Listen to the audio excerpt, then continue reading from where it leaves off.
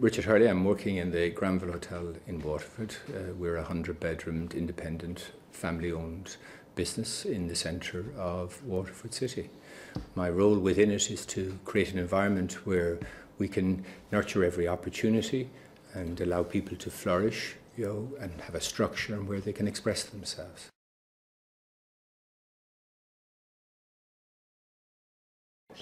We had done the revenue management course with Fáilte Ireland, and we also had done the CRM course with Fáilte Ireland, which were both excellent courses.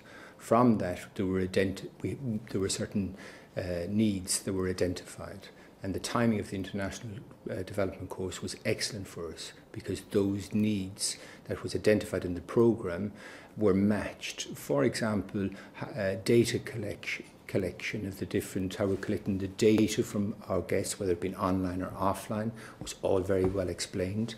We also identified going to Mehel, how we would present the property, how we present the content, the imagery, ourselves, the nuances from the different countries. They were powerful tools, certainly for me, to develop the sales pitches for the different events I'll be going to in the next couple of months.